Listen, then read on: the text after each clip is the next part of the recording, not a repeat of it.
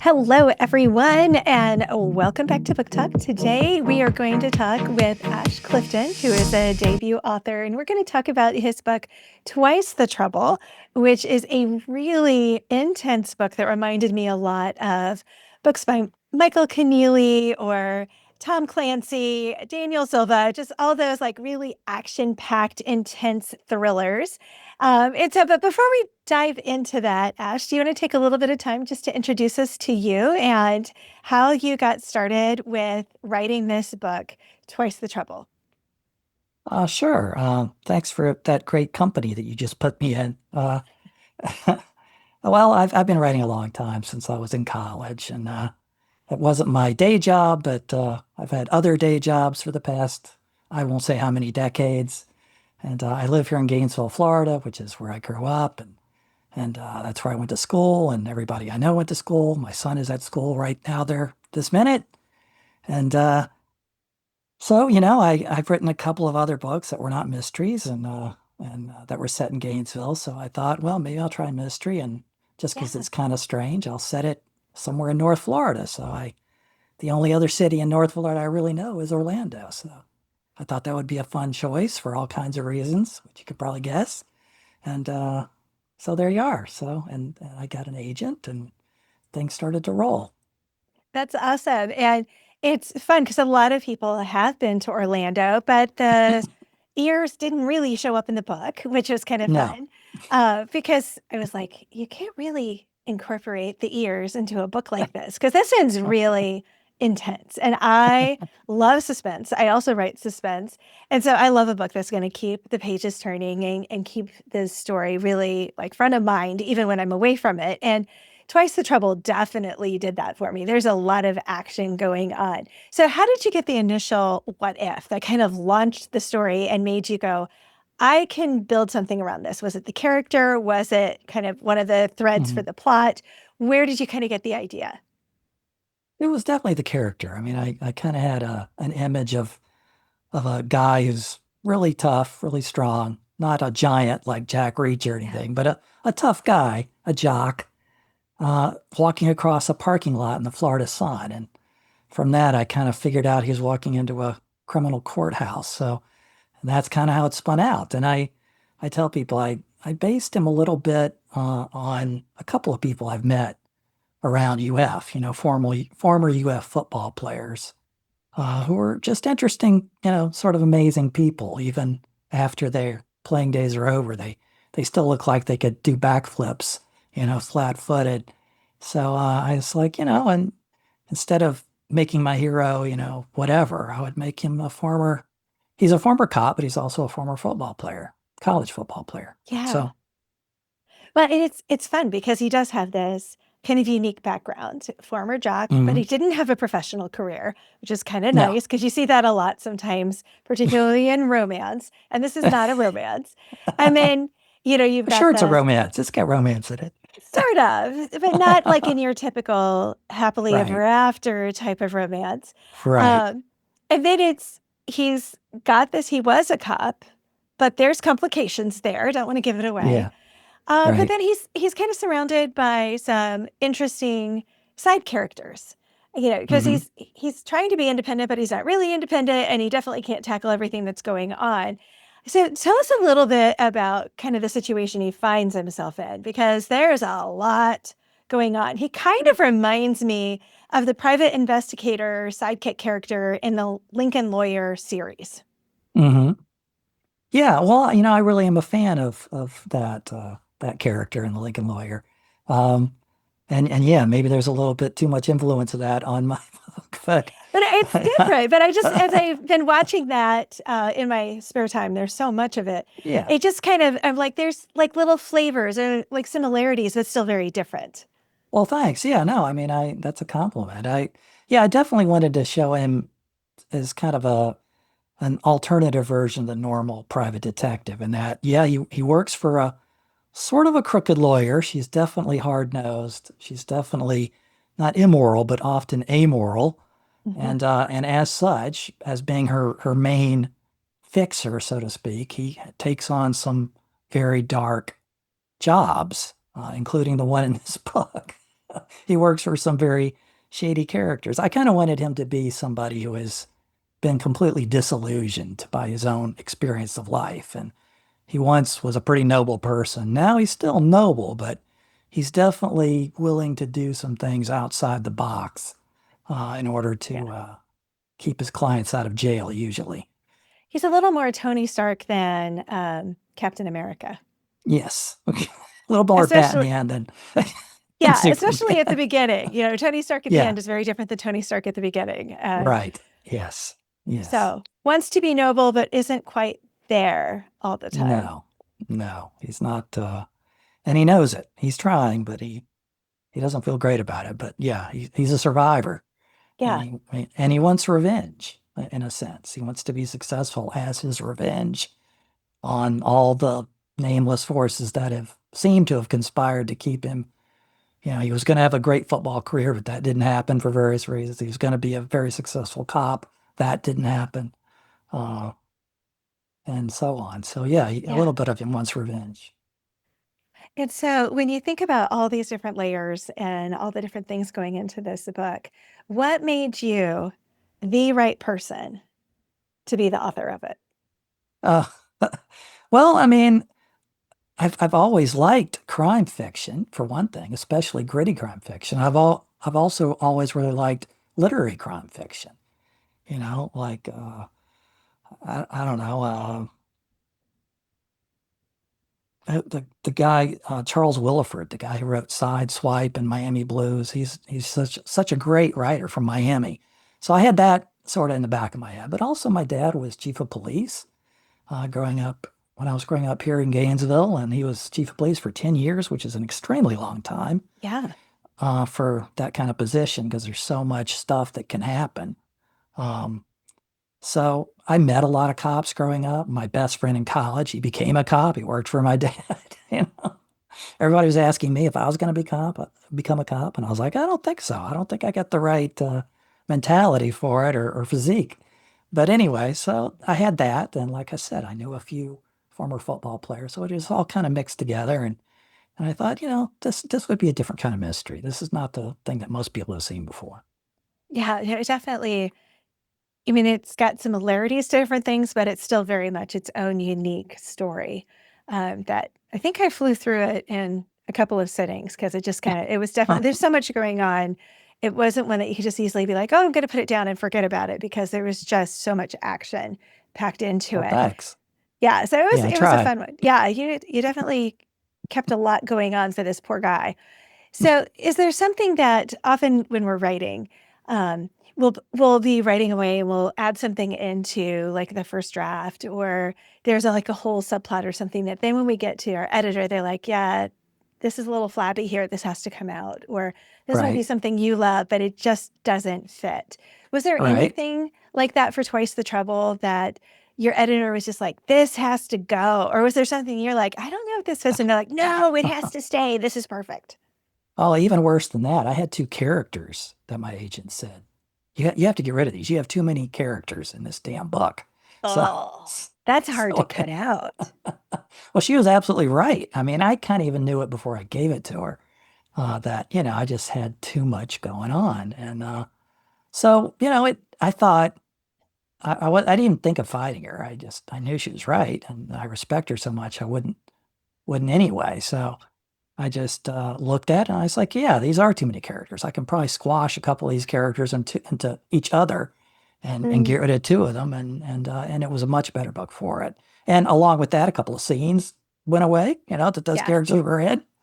They don't exist anymore. But other than that, I was very, and she told me one particular scene was too dark.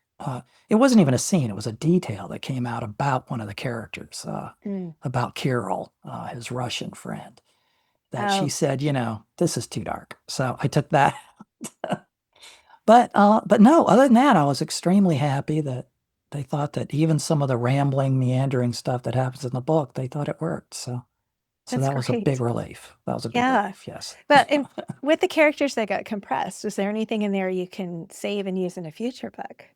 I did. I've already used one character in the sequel. So I love it. I love it. Hopefully she'll 'Cause come to light. It's a female yeah. character. Well, because that's often what can happen is you're like, Yes. okay, so it doesn't fit here, but it's something that can be used later in Oh, yeah, another way. definitely. Yeah. So yeah, it all gets cribbed eventually, at least Yeah. in my case. At least Yeah. not No, whatnot. exactly. Exactly. So when you think about writing, and I don't know how many books you'd written before this one got published, but what's one of your biggest challenges as a writer?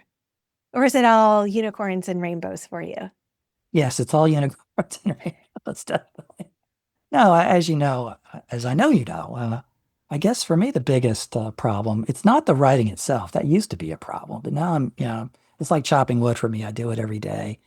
The biggest problem is not losing confidence. Like when you're in the Mhm. middle of a book and you can't tell if Yeah. it's worth a dang, and maybe I should just scrap it. And then you say, no, no, let's stick with it. It's just a first draft, and you start doubting yourself and doubting your abilities, and Yeah. the next thing you know, you never finish the book, and that's that.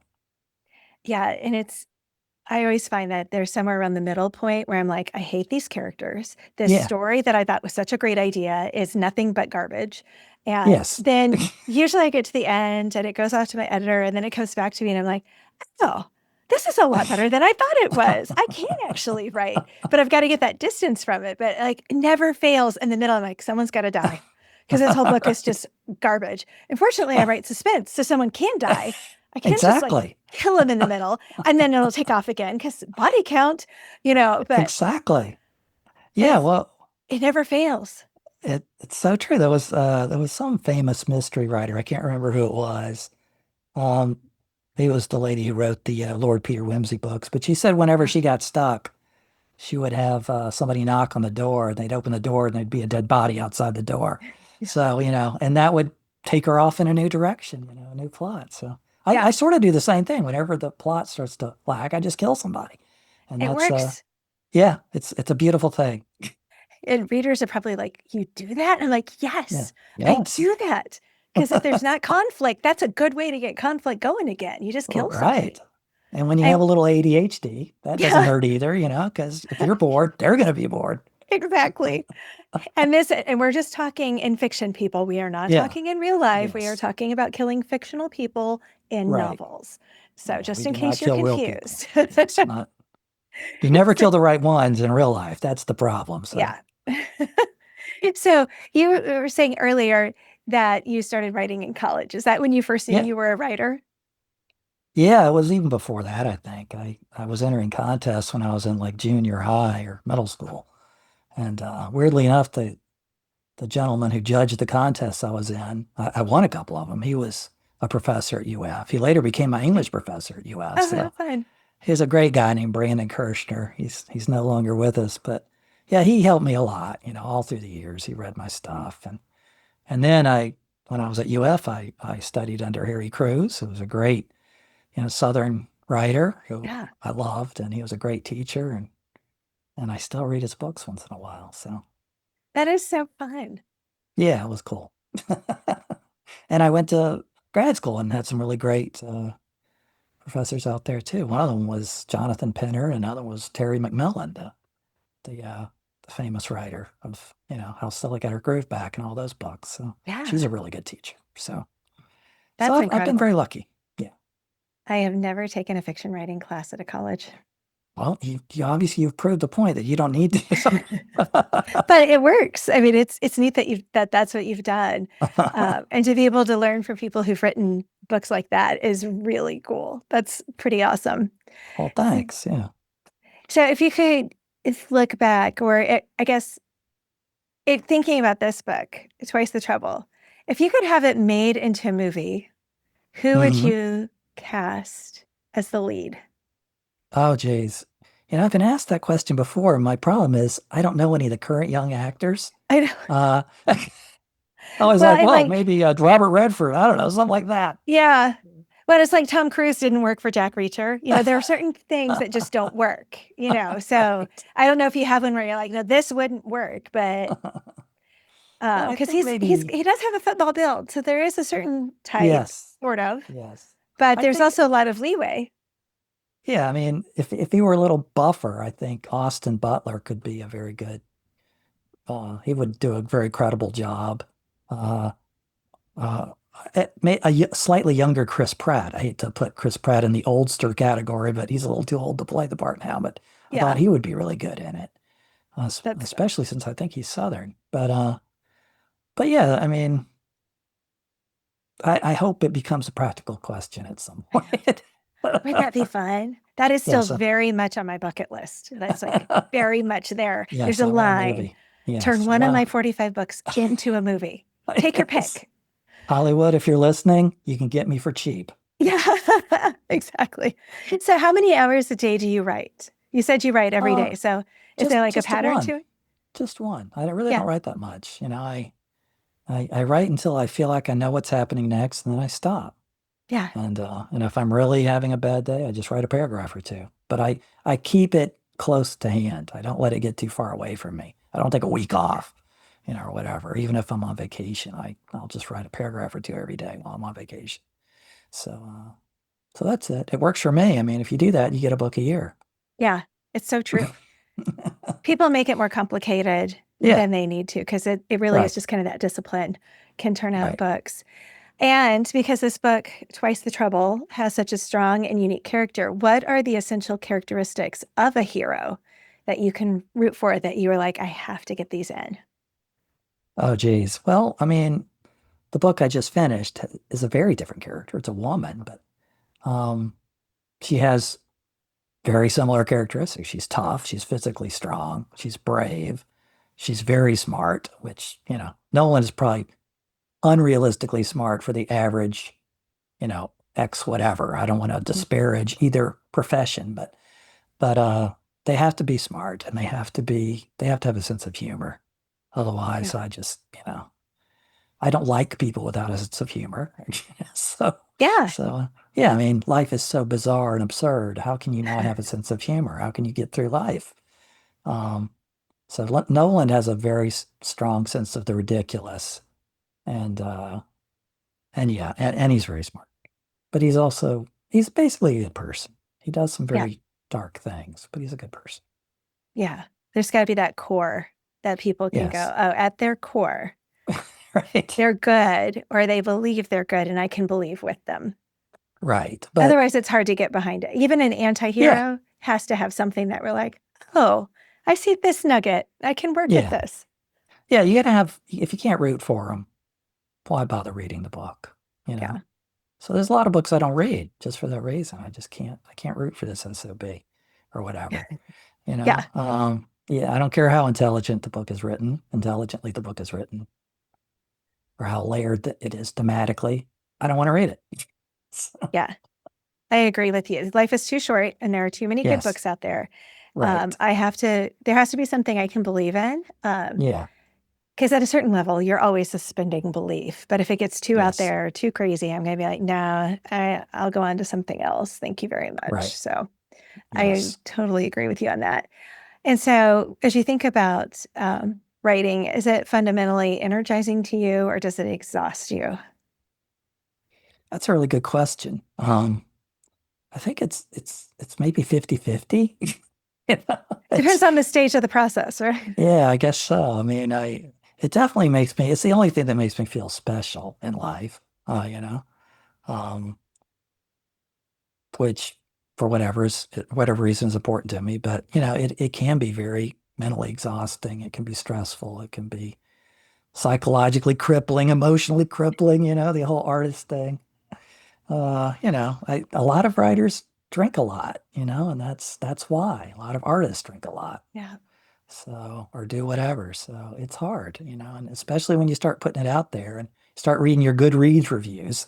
And Goodreads is a total misnomer. It should be called awful reads or awful reviews. Somebody, you know, and like I was saying earlier, when you get to that part in the novel where you start anticipating your bad reviews on certain parts, like, that's when you're starting to really freak, and you gotta rein it in and come back down to earth and say, yes, I'm always going to get some bad reviews, but hopefully Mhm. most people like it. So, Exactly. And my philosophy is I write a lot of books.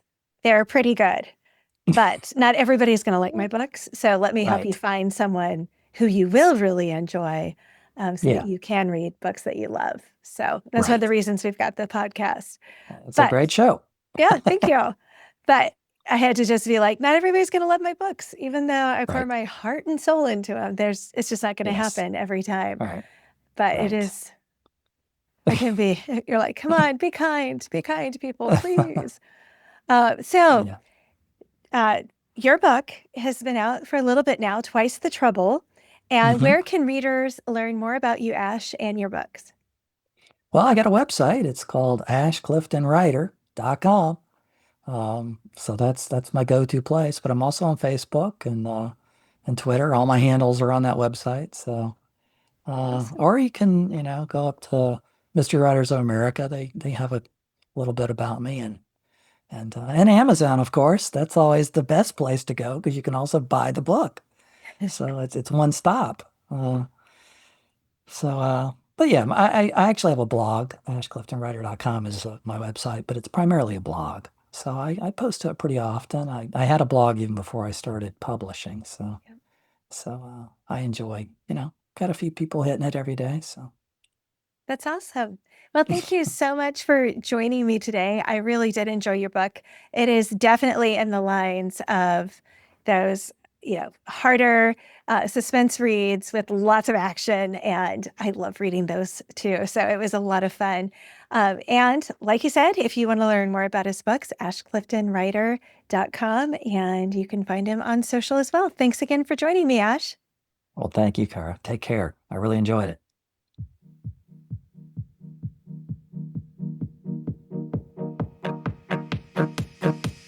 it.